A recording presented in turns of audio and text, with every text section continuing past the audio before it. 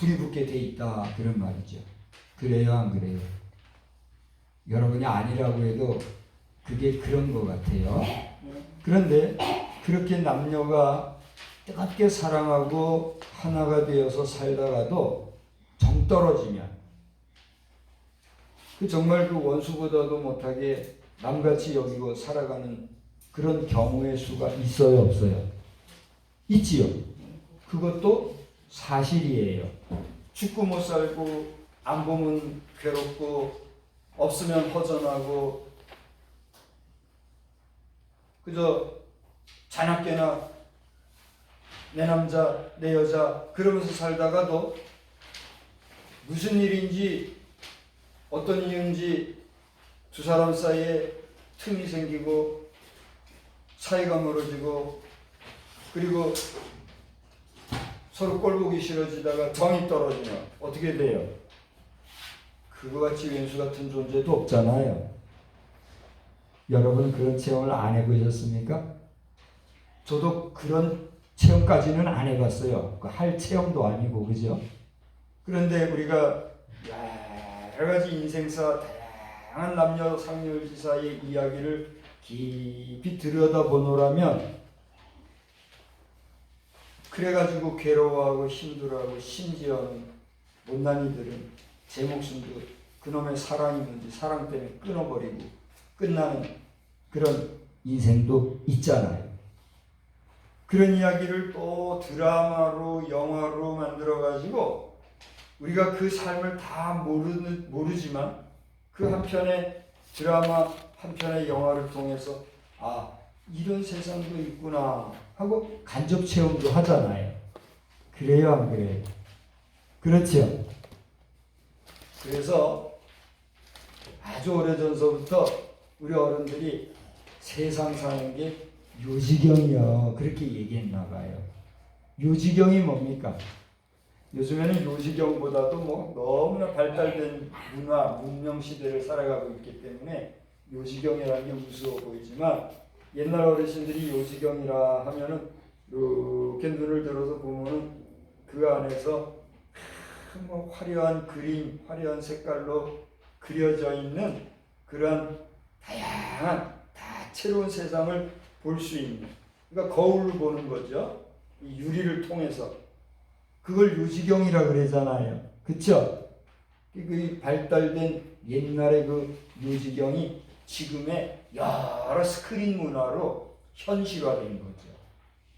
옛날에는 요지경만 봤던 여러분 세대가 나중에는 흑백 텔레비가 되고 컬러 텔레비가 되고 지금은요 3D 텔레비전이 돼가지고 그저 텔레비전만 봐도 실제 세상을 보는 것과 같이 입체감 있게 보고 그런 시대가 지금 되었어요. 앞으로는 또 어떤 시대가 올지 몰라요. 저 길 가는데 갑자기 크다란 인물이 하나 실제 인물처럼 그래서 나타나고 그 공중에서 막 날아다니고 그럴 때가 올지도 몰라요. 그러면 이제 세상 사람들은 야 신이 나타났다 하고 또 이제 헐레벌떡 쫓아다니고 마치 무지개를 쫓아서 어떤 어린이가 그 무지개를 쫓아 한도 끝도 없이 달렸던 것처럼 그렇게 내달리는 그런 날이 올지도 모른다 하는 것입니다. 그래서 제가 목사로서 엉뚱한 소리 하는 게 아니라 과학적으로나 물리적으로도 그것이 가능한 시대를 우리는 지금 살아가고 있다라고 하는 것이에요. 저는요, 중고등학교 정도 나이 또래부터 이 스크린에 들어와 가지고 연기를 하는 한 여성을 보고 있어요. 제가 그녀를 직접 보지는 않았지만 뭐 인물이 대단하게 잘생긴 인물도 아니에요. 사실은 놓고 보면 객관적으로 보면 근데도 그 나름의 매력이 있어요. 근데 이 소녀가 연기한 내용을 보니까 보통의 기성 성인들 뺨치는 그런 연기를 청소년 시절부터 하더라고요. 그 소녀가 성장해서 지금은 이제 나이가 얼마인지도 잘 몰라요. 한 30대나 됐을까 싶은데 잘 모르겠어요. 지금도 여전히 여기저기서 연기를 하더라고요. 이 연기를 하는데 최근에는 이 처녀가 결혼을 아직 안 한 것 같으니까 처녀라 해야 되겠죠. 이 처녀가 달구지를 끌면서 연기를 하는데 그 입에서 저는 한번 들어보지도 못한 그런 말들을 하더라고요. 우리 저 남자분들도 입이 걸어서 아주 그 육두문자가 심하면 그 욕설만 들어도 섬찟섬찟함을 느끼는 경우가 있잖아요. 그래요, 안 그래요? 이 경상도 사투리식 욕설하고 전라도식 사투리 욕설은요, 야, 그 말만 들어도 섬찟섬찟할 때가 있잖아요. 그죠? 서울 사람 욕하는 거 보면 좀 웃을 정도로. 그런데 남자들이 그런가 하면 여자분들은 어때요?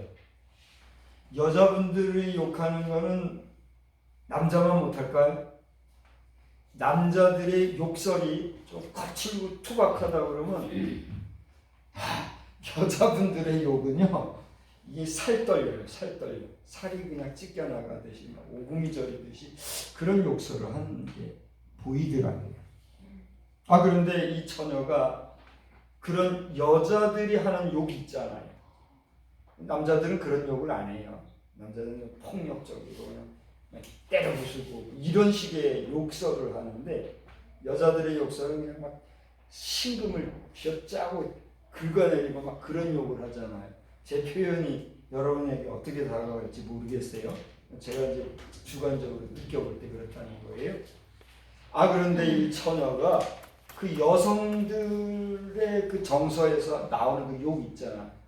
그런 욕을 하면서 달구지를 끌고 가는 그런 연기를 하는 영화가 최근에 있더라고요. 제가 그걸 보면서 말 한마디로 천냥 빚을 갚는다는 말이 있잖아요. 우리가 말을 잘하고 이쁘게 하면 내가 내 힘으로 갚을 수 없는 천냥 빚이라도 단번에 갚아버릴 수 있잖아요. 그런가 하면 말 한마디로 죽고 살기도 한다고 그러잖아요. 자기가 말 한마디 잘못해가지고 그걸로 생명까지도 위협을 당하는 수도 있잖아요. 그러니까 우리가 말이라는 거, 우리 입술을 통해서 나오는 이 언어라는 것은 이렇게 생, 사, 화, 복을 겉으로 표출해내는 우리 삶, 내 삶의 전체적인 표현에 함축된 표현 양식이라 이렇게 볼 수가 있는 것 같아요. 그래요, 안 그래요? 공감이 되시지요? 그렇다면 여러분의 입술, 여러분의 말, 여러분의 언어 속에는 어떤 언어가 있습니까? 내가 해서 마음이 편하고 또 내가 하고 싶은 생각, 내가 표현하고 싶은 마음을 적절하게 잘 표현해내는 그런 말과 언어를 여러분의 입술에 담고 있습니까? 아니면 여러분이 하신 그 말씀 한마디 한마디로 인해서 그 말을 듣고 있는 사람들로 하여금 괴롭고 힘겹고 화나고 분노가 생기게 하는 그런 말을 하고 있습니까? 여러분의 언어 생활은 어떠합니까? 저는 오늘 본문 말씀을 보면서 하나님의 말씀 담긴 입술 이런 제목을 삼았어요. 이 예레미야라고 하는 사람은요, 눈물의 선지자라 하는 그런 별칭이 있을 정도로 그 민족을 위해서, 자기들의 백성을 위해서 정말 그럴 수 없게 애통하는 마음으로 기도하고 예언 활동을 하였던 그런 선지자입니다. 그런데 예레미야 1장 1절에 보니까 베냐민 땅 아나돗의 제사장들 중 hil기야의 아들 예레미야라 이렇게 구체적으로 그가 어떤 가문의 사람인지를 우리에게 알려주고 있어요. 그러면 이 아나돗이라는 것은 어디냐? 그것은 아나트 여신이라고 하는 그 여신의 처소가 이 아나돗에 있었는데, 다시 말하면 예레미야의 아버지는 우상 숭배의 제사장이었던 것 같아요. 여기 보면 아나돗의 제사장들 중 hil기야의 아들이라고 했는데, 제가 여러 주석 중에서 다양한 해석들이 있겠지만 여기 나오는 문맥으로 볼 때에 이 예레미야의 아버지는 여호와 하나님을 제사하는 그런 제사장이 아니라 우상 숭배하는 제사장이었다 이거예요. 그런 예레미야에게 하나님께서 임재하셔서 여기 2절 3절에 보면 그 시대적인 배경이 나오는 끝에 4절을 보니까 예레미야에게 오신 그 하나님의 임재 앞에서 예레미야 자신이 감당할 수 없는 가운데 나는 감당할 수가 없습니다. 나는 부족한 사람입니다. 이렇게 얘기하는 모습이 나와요. 그러니까 4절에는 하나님의 구체적인 부르심이 임재하심이 있고 5절부터 6절까지는 그런 내용이 나오는 것을 우리가 볼 수가 있어요. 그때 하나님께서는 그렇게 자신의 부족함을 아뢰는 예레미야에게 이렇게 얘기합니다. 7절에 너는 내 자신을 아이라고 말하지 말고 내가 너를 누구에게 보내든지 너는 가며 내가 내게 뭘 명하든지 너는 말해라. 그렇게 얘기하고 있어요. 그러면서 오늘 읽은 9절을 보니까 보라 내가 내 말을 네 입에 두었노라. 우리 한번 따라서 하십시다. 보라 내가 내 말을 네 앞에 두었노라. 할렐루야. 다시 말하면 하나님께서는 자신을 부정하고 자신의 연약함과 나약함과 미력함을 핑계하여서 하나님의 임재하심 앞에서 감당할 수 없다고 자신을 부정하는 그 예레미야에게 너 그렇게 나약한 소리 하지 마라. 내가 네 입술에 내가 할 말을 줄 테니까 어디서든지 누구 앞에서든지 어떤 말이든지 내가 내 입술을 통해서 하는 말은 그대로 가감없이 전해라. 할렐루야. 그렇게 예레미야를 쓰셨다는 거예요. 이제 잠깐 중간 요약하고 가겠습니다. 첫째로 예레미야는요, 하나님을 믿는 이스라엘 백성들의 그 신앙적 배경 속에 있었지만 언제 어디서 어떤 배경 중에 있었는지는 모르나 하나님을 믿는 사람들이 하나님이 아닌 자기들의 좋아서 자기들이 만든 신을 섬기는, 그것도 신상을 만들어서 그 신을 섬기는 잘못된 이교적 행위, 잘못된 종교적 행위를 하는 그런 시대에 살았었지만 하나님 앞에 부르심을 받았다는 것과 그가 부르심을 받았을 때 자신의 나약함을 토설했지만 하나님께서는 그렇게 우상숭배 가운데 있었고 그리고 연약한 존재이라고 고백하는 예레미야였지만 그를 사용하셔서 그의 입술에 뭘 주셨다고요? 하나님의 말씀을 주셔서 뭘 하게 하셨다고요? 하나님의 말씀을 전하게 하셨다는 거예요. 오늘 여러분의 입술이 어떤 입술이 되시고 어떤 말씀들을 하시는지 저는 잘 모르지만 여러분 남은 여생 중에는 여러분의 입술에 사람의 말, 거칠고 난폭하고 또 여러 가지 섬뜩한 그런 정말 육두문자와 같은 인간의 추접한 말로서 말하는 사람들이 아니라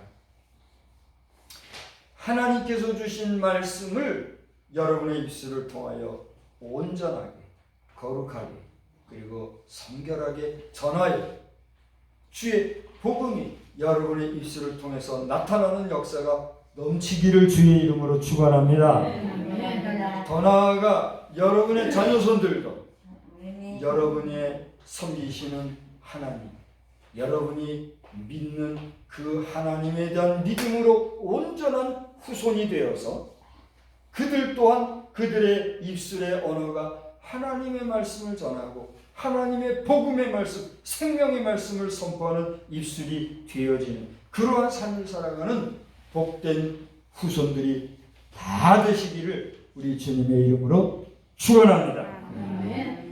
우리의 입술은 하나님의 말씀이 담긴 하나님의 마음이 표현되어지는 거룩한 입술, 성결한 입술, 복된 입술, 아름다운 입술이 되어야 될 줄 믿습니다.